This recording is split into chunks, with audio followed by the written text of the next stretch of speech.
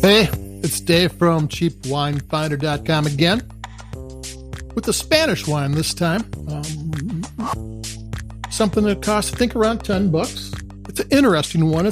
You might have seen it.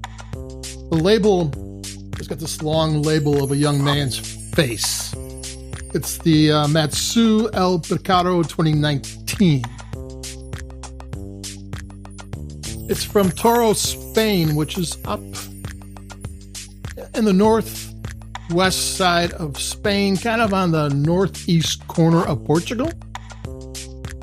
And it's a wine from Vintae, which is a project, 3 generations of winemakers who do wines from 9 different regions in Spain. And this one's the El Toro. They have 4 wines. I know at least 3 of them are Tempranillo, like this is Tempranillo.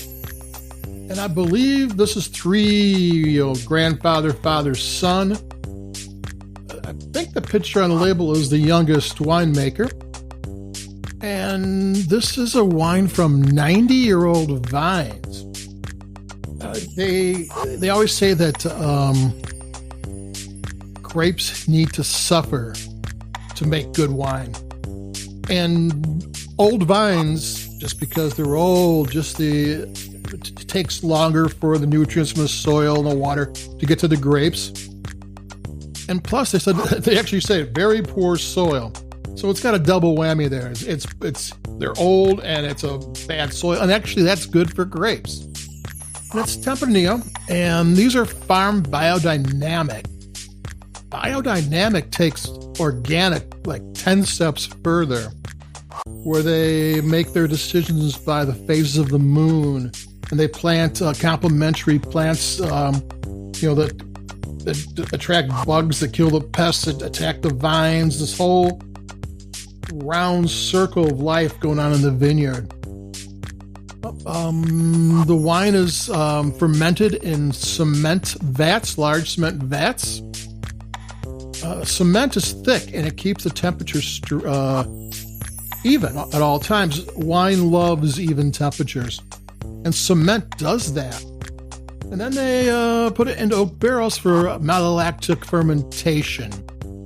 They say that sparkling wine, Bubbly, is fermented twice, but the reality is almost all red wines and most Chardonnays are fermented twice too. The second fermentation is malolactic fermentation, which changes the tart, naturally occurring acid in the grapes to more rounded, more fruit rather than citrus.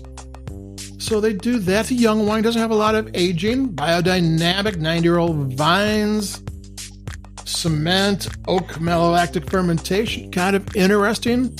From Toro, how many wines have you had from Toro? And it's not fined or filtered, which means they don't take the solids out of the vats. Every time you take something away from a wine, you filter it or do something, you take some flavor too. No flavor has been taken out of this one. And this is a very bold Tempranillo. It's got rich flavors. I'm going to take a sip.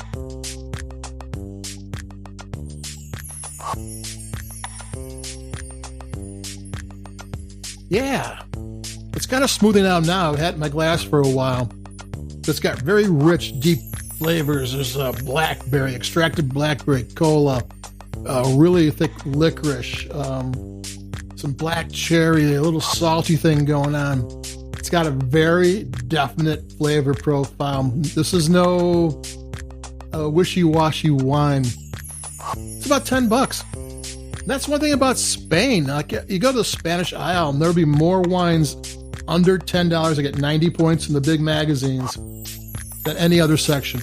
If you want to buy cheap wine, learn to drink Garnacha and Tempranillo from Spain. So that's me. This is Dave coming at you. cheapwinefinder.com. The review is on the website. Actually, the podcast on the website too, plus Apple Podcasts, Stitcher, everything else out there.